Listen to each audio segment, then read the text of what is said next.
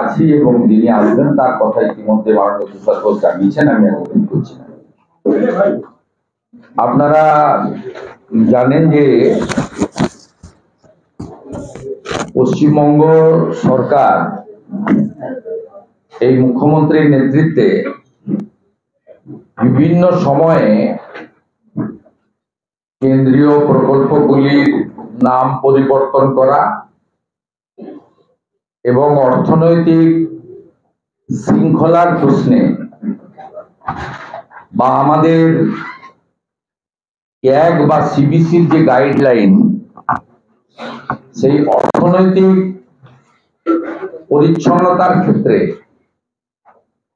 প্রতি মুহূর্তে নানা ধরনের নৈরাজ্য এবং ফাইন্যান্সিয়াল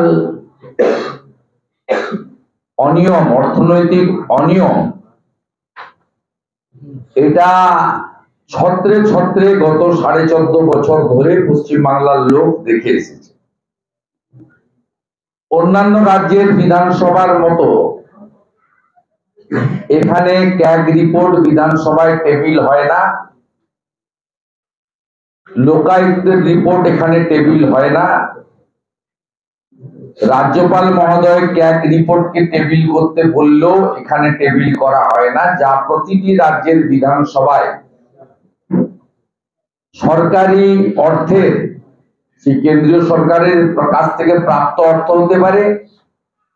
রিজার্ভ ব্যাংক বা বাজার থেকে বন্ড তোলা হতে পারে, ঋণের অর্থ হতে পারে, রাজ্য সরকারের সংগৃহীত রাজস্বের অর্থ হতে পারে এবং বিভিন্ন সোর্স যা হেড অফ অ্যাকাউন্ট আছে সেখানে প্রাপ্ত অর্থ হতে পারে।